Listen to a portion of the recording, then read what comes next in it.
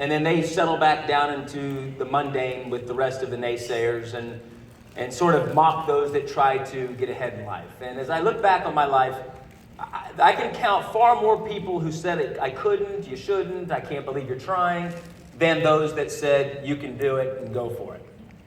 And I'm saying that because entrepreneurship is not easy. It's not. But if you have an entrepreneurial bone in your body, IDLife is the greatest opportunity in the world for you to utilize it. And there are keys to being successful in IDLife, just like there are keys to being successful in anything. And tonight we're going to go over 10 of them, okay? And there's more than 10, but we're going to go over 10 keys that I believe are essential for you succeeding in this industry at IDLife. And you know, as we go through this, I want you to sort of to understand that you're not going to get them all overnight. You follow me on this? As we go through these things, these aren't things I read in a book. Some of these you may have read in the book I wrote. But all these things we're going to go over are the things I've experienced. The things I've personally witnessed, personally gone through, personally endured to have success in network marketing. And there are things that you're going to need to go through. You're going to need to understand to be successful. And one of the greatest benefits you all have is you're getting to learn from folks, whether it's our top leaders in the room like Ty Toth and Wendy Ryan or Stan and Charisse or whoever, Jimmy Dowd, whoever may be here.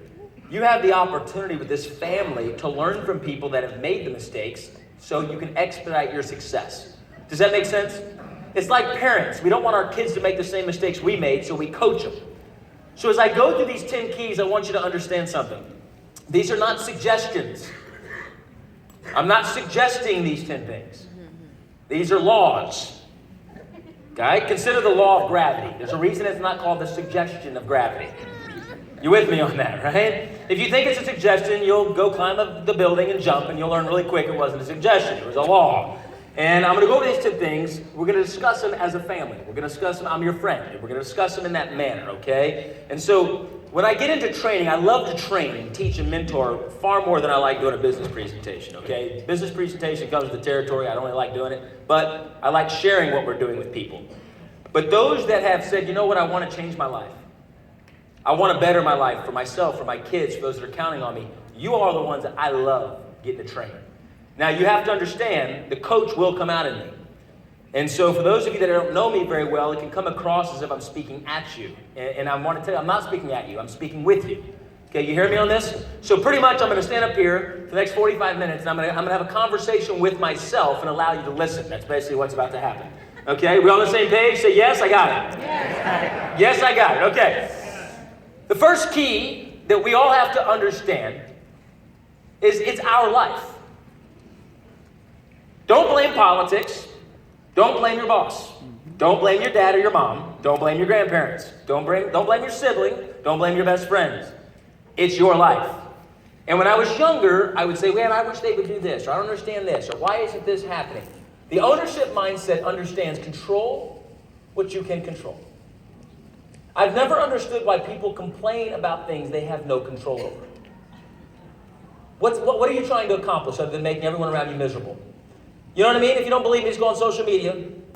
I wish somebody could pass a law where you're not allowed to speak death or negativity about another human being.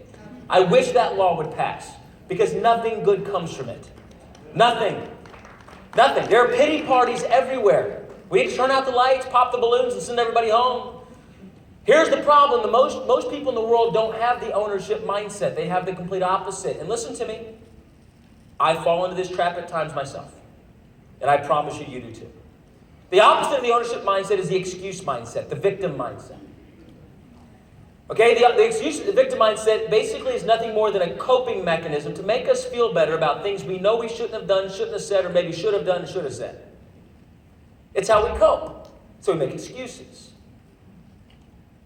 I should have worked out this morning, but, you know, it was so cold, I didn't want to go to the gym. Yeah, that was me, by the way. That was me. Actually, I did work out today. I was actually quoting somebody else on our staff who didn't join me in the gym, who said they were going to. Claire.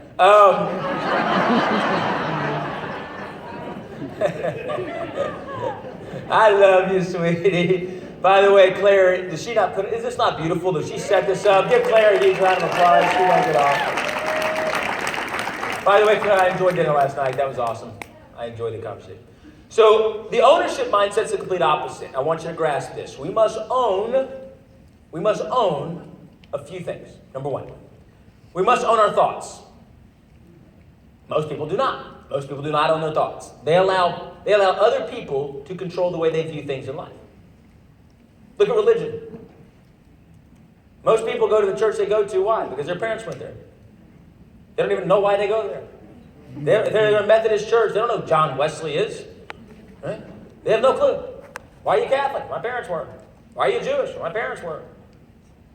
You know, I didn't accept Christ till 17. It's because I saw a bunch of religious people and I didn't want to be like them. I'm just being honest with you. I was like, if that's what it means to be a Christian, I'm out on that deal. And then I learned they had it all wrong. It's about loving people, not judging people. Right? And so my point is, just an example. For those of you not Christians, you're probably going, okay, dude, get off the spiritual train. Okay, let's just relax. Take a chill pill, okay? The ownership mindset says you own your thoughts. Secondly, you understand that by owning your thoughts, you may now own your actions. You see, life is a byproduct of your thoughts lead to actions, actions lead to habits, habits lead to results. Okay, so you're not going to be able to take responsibility for things in life until you have the ownership mindset. And until you have the ownership mindset, you are nothing more than someone who had potential but never fulfilled it.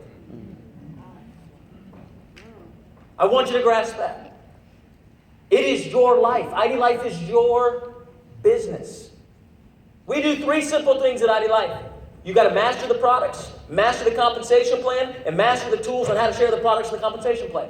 Those are the 3 things you do here. And tomorrow you're going to get amazing training. Mark Bennett has come up with an amazing, guys, I'm just so excited for you tomorrow. But at the end of the day, it's you've got to own your thoughts, and then that leads to the right actions. And then you must own your actions. Now, here's what's interesting. Most people don't own their actions. Nothing worse than youth sports to highlight that point. Well, he tried. He tried. That's great. I'm happy for him. He tried. Well, don't you think he should? I don't understand why you pulled him out of the game. He struck out 3 times in a row. The game was on the line. It's called the definition of insanity. Right? Keep doing the same thing over and over and get the same results, right? I'm going to put a different hitter in there with the game on the line. I can't believe you did that to my son. Victim mindset, right there. Right? Victim mindset. I'm sitting there going, I can't believe you're defending your son. He was hideous. Freaking hideous. Struck out 3 times in a row. Are you kidding me? Oh, yeah. Oh, you won't have a problem finding parents bashing on the internet about youth sports. It's because I can't stand the excuse victim mindset. Do you understand, parents? This isn't about sports. This is about life. And sports is a platform to teach our kids about life. And when you tell them it's okay to be terrible, you're in creating a victim entitlement mindset, and then you wonder why everybody complains about the millennial generation having this entitlement mindset. We created it. I mean, you have to understand that. Oh, Logan, I think you're being too harsh. You're wrong.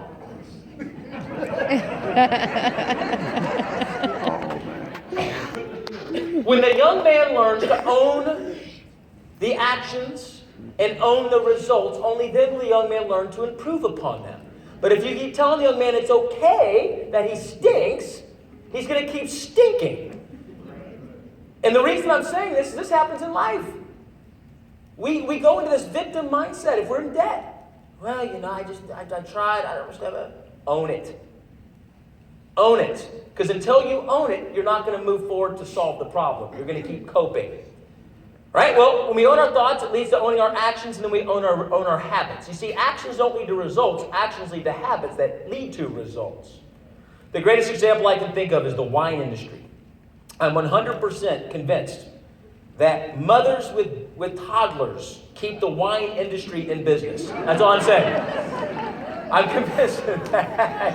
I'm just telling you right now, man. Women that swear they never drink a day in their life, it's a bottle a day with toddlers. You know what I mean?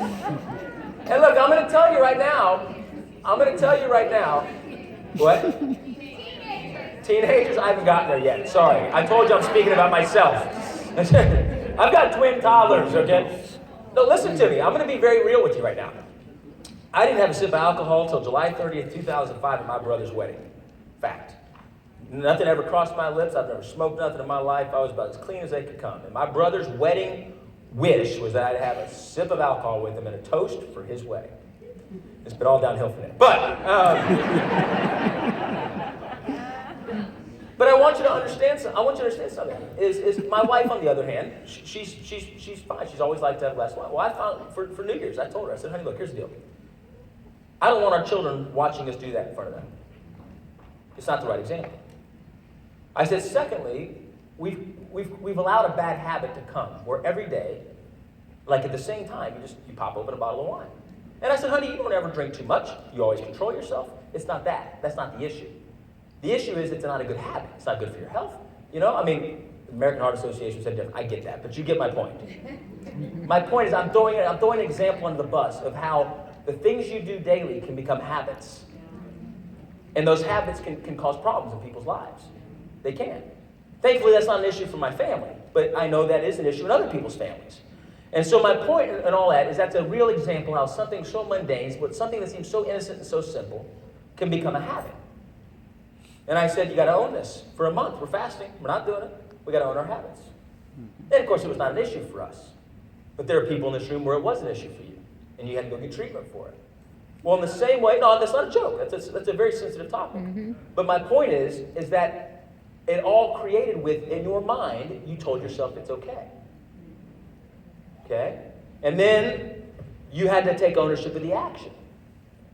Well, then what happened is you had to take ownership of the habit. And then also what happened is you had to take ownership of the result. But that's not what most people do. They have excuses. They play the victim, and the rest is history. In your IDLife business, it's the same thing. There's people that live 2 miles from here. I don't know if I can make it. It's cold outside. Traffic's bad. They're not here right now. They're not here. Yet, there are people that flew here. If you flew here, raise your hand. Raise your hand. Stand up. If you flew here, stand up. Give them a huge round of applause.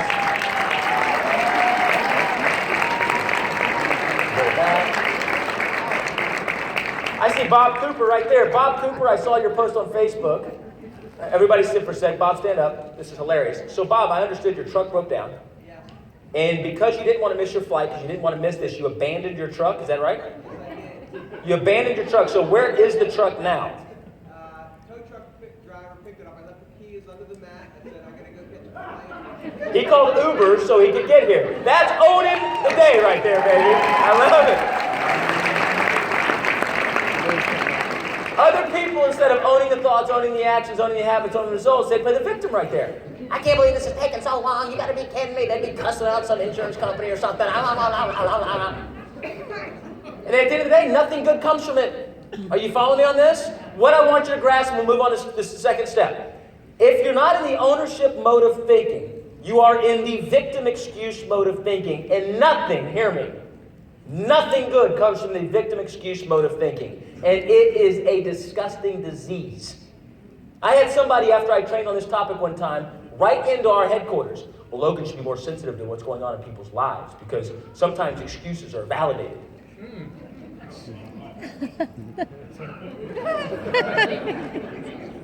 I said, thank you for validating my entire training. I appreciate that.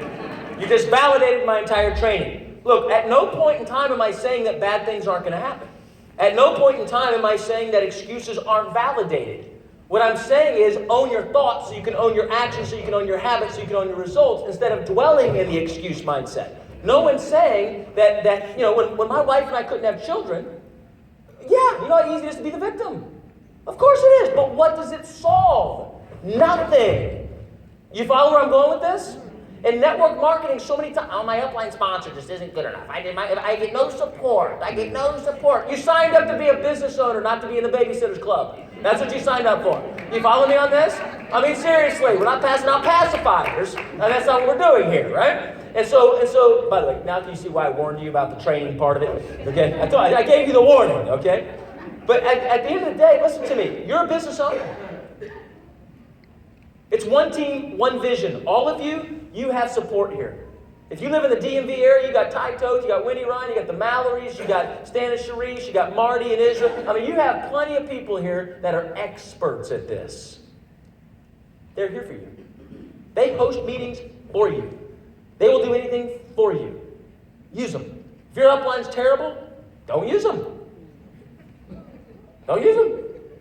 I was in 2 companies. My upline was terrible. They were terrible. But I had the ownership mindset. I said, I'm going to go find people I can learn from. I'm going to go read the right books. I'm not going to let their lack of leadership affect my ability to change my life. That's right. Once you own your thoughts, own your actions, own your results, then you have to get focused, okay? So now you're locked in, okay? I'm honest. I'm owning it. I'm owning my life. It's my life. No, I am responsible for the outcome of my life. I'm responsible, okay? So the second thing we have to do then is decide where are we going? What direction are we going in? Okay? In other words, what's your bullseye? You know, people, one of the number one questions I get asked by individuals is they ask me, they say, Logan, with the people you get to live life with, the alignments you live life with, what are some of the commonalities amongst like billionaires? Like, what do they like? What's the commonalities of these professional athletes? You know, what do they like? People all want to know that question, right? It's a fair question, right? In other words, what they're asking me is what? What are they asking me? What does it take? Right? I can tell you one of the common things that every single person that I've had the privilege to do life with that has accomplished great success, one of the common things about all of them is they have this tunnel vision focus of where they're going. And nobody is penetrating it. They don't just see the target like some people. You know who the people are that see the target? Those that participate in life. Okay? And they don't just see the bullseye. The people in life that produce, they see the bullseye. Okay? What they do is they see a bullseye within the bullseye. And they change the game. There are people in life that participate, there are people that produce, there are people that change the game. They're game changers. And to be a game changer, you've got to have an absolute established bullseye within the bullseye, a focused tunnel vision that no one's penetrated. If your deal is to get to National Director this month, get it. Jen Weinbrenner got to National Director this month, and she got it today. And she was focused on it, she got it done. Is she here? Is she here? Where is she? Oh, right there. I didn't know you were here. Congratulations. Funny story, she got stopped by the DEA today. Are you okay if I tell this? Can I tell this? I have to now, I started it. I can't not. Oh, y'all gotta hear this.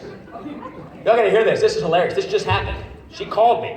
I should have put two and two together that you were coming here. So, yeah, I'm sorry. I'm a little busy. Got an event going on. So anyway, did y'all see what I just did right there? That was the victim mindset. You see that? I just had the excuse mindset. Right? I just see I'm guilty. I told you I'm guilty of my own training. Okay, so Jen, she landed in Baltimore at the airport. I didn't know it was BWI until just now. Now I'm putting the whole story together. So she landed here. She walks by these 7 guys. They look like they're all dressed the same. They had all kind of stuff on them. And she goes, hey! Because she's just, sweet little, hey! So you got to remember this part of the story. Hey! She walks by. She's waiting at the luggage deal, luggage carousel. Second she goes to grab her bags, these 7 men come up to her. Hey! Right? The drug enforcement. Are you Jennifer Weinbrenner? Yes, I am. What can I do for you guys? Our nutritional products are so pure. Our omega-3s they thought were drugs. Wow. That's what they told her. They told her, so they're going through the Drug Enforcement Agency. She was flagged from DFW to BWI, or wherever she was coming from, and they were waiting for her to get off the plane because they thought she had drugs in her suitcase. Wow. How many of those did you bring? I mean, I fly every day and no one stopped me. So that's a true story. So anyway, the point is this. Let me get back on topic here. The point is this. That's funny. The DEA had an established bullseye, and it was Jen Weinbrenner. All right, so listen, you have got, she's fine, obviously, by the way. She had no drugs on her, okay? It was IDLife. But here's did you sign them up? That's what I want to know. What is that? Did you sign them up? They should be here right now. DEA, they gotta get better at their job. You kidding me? That's terrible. Just go to the beach in the Caribbean. Pot everywhere. Go get those people. You ever notice that? It's legal. I'm aware. My brother lives in Colorado. Okay, established bullseye. The irony in this whole deal. Established bullseye. All right. Many of you get involved in IDLife, and you don't even establish a bullseye. Look, you have to plan your work before you work your plan. Many of you don't even plan your work. How do you establish a bullseye? This is what I did. I literally would take out a picture of whatever my goals were. And your bullseye is going to change. Okay? As your vision grows, which I'll get to momentarily, your bullseyes change. Okay? So the first one may be getting out of debt. So literally take pictures of your credit card. or maybe it's your mortgage, and put those on your mirror. So every day when you wake up and every night when you go to sleep, you see it, right? Because the downside of network marketing is you're your own boss. You follow me? Nobody can make you do anything. I cannot wait for the training tomorrow. I'm so fired up about that. But the point is this, is nobody can make you do anything. So you have to have gentle reminders that keep you focused on your bullseye, or else your bullseye will come and go. It'll come and go. It'll come and go. Let me give you an example. You came here tonight, and right now, you're fired back up like you were the day you started. But the problem is what happened for the last month. You see, you don't have success because you just simply establish the bullseye. You establish success because you're consistently working towards that bullseye every single day. Success is by design, not by accident, team. And the folks that get ahead in life, they don't arbitrarily just go after their goals. They know what they're doing. At IDLife, I know exactly what our revenue numbers want to be for the end of this month, down to the penny. We know exactly what we want our revenues to be for February, down to the penny, all the way until the entire end of the year. We know exactly what our revenue bullseyes are. And the great thing about our compensation plan is every single thing we do, from promotions, you name it, is geared to make you more money to help us hit our bullseyes. And you'll learn about that on my call on Monday, February 1st. So make sure you're ready for the call at 8 p.m. Central on February 1st. Okay, but at the end of the day, you got to establish a bullseye. What is that? And then make sure your bullseye is apparent. On my cell phone, I have a picture of my wife and 2 children. I'm gone a lot, obviously. And I have to always remember my bullseyes to be the best husband possible and the best daddy possible. And if I'm not intentional about that, relationships fall apart. Listen to me. You can't connect from a distance, team. You connect by being intentional. Have a systematic approach to what you're doing in every phase of your life. There are some people that think the home life's not important. Listen to me. You can't go out and conquer the world outside your home, and World War III is going on inside your home. Y'all know what I'm talking about. I'm just being honest with you. We told you IDLife's a movement now. We said it's a health and wellness movement, not a product company. We told you that. Well, part of being healthy is mental and emotional. Okay? We want to add value to your life. Right now, some of you are already making excuses about things. Excuse mindset, victim mindset, right? Listen to me. I walk in my home exhausted. 2 nights ago, I told my wife, I go, honey, I have the whole world on my shoulders. I don't need you on my shoulders right now. That's what I told my wife. I stormed across my house, totally validating in my head what I just said.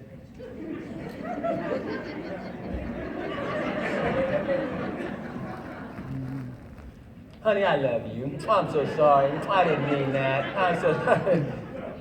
I'm serious. Look, I want you to know you're going to slip up. You're a human being. You're going to say things you don't mean. You're going to do things you don't mean. You're going to have emotional outbursts at times.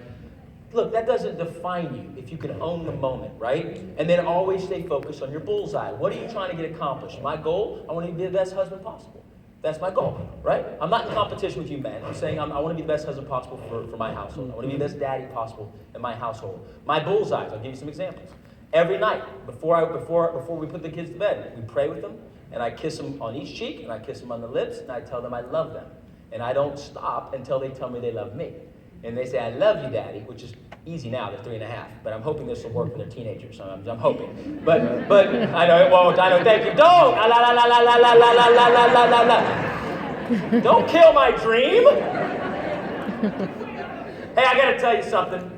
I had a heart-wrenching moment 2 nights ago. So my boys had gotten to the point where they're ready for their bed, right? So they're growing out of their crib, right? And so we decide to move them out of the nursery into what's going to be their bedroom. So we do it. Boom, boom, boom, boom, boom. I go downstairs to grab something out of what was their nursery just hours before. And I stand there and I see these 2 empty cribs, and it dawned on me. I will never again get to see my 2 boys in those cribs. Why is an established bullseye so important? Why is focus so important? Because we waste so much time on trivial things that get us nowhere, which not only slows down our success, but it robs us of valuable time we could be doing something elsewhere. And I want you to know that. When I saw those 2 cribs, you know what came to my mind instantly? How many times I scrolled through Facebook on my phone while my children were around, or how many times I was in a pointless conversation at the office where I could have gotten home and spent an extra 5 minutes with them. In fact, I close every single training we do. Y'all know that. So normally tomorrow I'd be the last speaker and blah, blah, blah, blah, blah. And because we have a value, a core value at our corporate offices of family first, no questions asked. I told the staff, I said, look, I'm going to go first thing in the morning so I can be home with my children by 4:30 in the afternoon. And why am I saying that? I'm saying that because if you don't know what your bullseye is, you're going to waste so much time. So much valuable time. And that's time that you could be getting debt-free. That's time you could be establishing quality relationships. That's time you could be doing anything else but wasting time. Quite frankly, team, family, time is the only thing that we have that just tick-tock, tick-tock, tick-tock, and it goes. You understand what I'm saying? That's why when you come to these trainings, I don't want there to be wasted time. We started way late because of traffic, we get that, but I want you to come, and we as a team, we want you to come, and we want you to feel like, okay, man, they poured into me. We don't ever want you to come to ID Revolution or come here and feel like we didn't deliver because we know your time's valuable. That's why it's not a hype fest. When we get up here, we're going to train you, we're going to mentor you, we're going to help you, and tomorrow's going to be amazing. Never underestimate the importance of a focused bullseye. Many of you, you need to go when this weekend's over, and you need to make sure that you have printed out whatever your bullseye is. If you're debt-free and your home's paid for, right, print out other bullseyes. You follow me on that? Figure it out, right? Figure it out. You know, if you're whatever you're in debt, here's what I try to coach people to do. Let's say you're $100,000 in debt, round number, I don't know. $100,000 in debt. Every time you make money, get a little running deal down. You see what I'm saying? Right? So you can see your progress, right? So maybe if you make $5,000 in a month at IDLife, now it's 95 grand, right? And just create an account. And all that money's going straight to pay off debt. You follow me on this? Create our bullseyes that we can see, that you can visualize. All right, now you've decided, okay, I'm going to own my life. No more victim excuse mindset. I've got my bullseyes. I know what I want to get accomplished in life, mentally, spiritually, physically, financially, emotionally, relationally. I got that down, right? Now the next thing we have to do is create a systematic approach. Systematic intentionality is the only way, my friends, to maximize time, maximize an opportunity, maximize IDLife. Everything that has ever been done with any kind of great magnitude was done systematically. You look at the greatest sports teams. They don't win because they have the best talent. They win because they have the best systems. Mm-hmm. You look at the greatest teams, every single year they're competing for a national championship, or every single year they're competing for a Super Bowl, or every single year they're competing for an NBA title. Look at the San Antonio Spurs. I mean, they got some talent this year that they didn't have in the past, but there's more talented teams. You look at the Cleveland, or actually Miami Heat when LeBron was still with Miami. They weren't very good their first year, relatively speaking, but when they started playing as a unit, a system, they won. Michael Jordan, greatest basketball player of all time. When they bought into Phil Jackson's approach of the systematic approach to triangle offense, they won. And what's critical at IDLife is that we as a huge family understand the success system. We understand the tools. Why try to reinvent the wheel? Keep it simple. You know, in network marketing, here's a curse that happens. I want you to hear me on this because I guarantee some of you have experienced this either in other companies or here.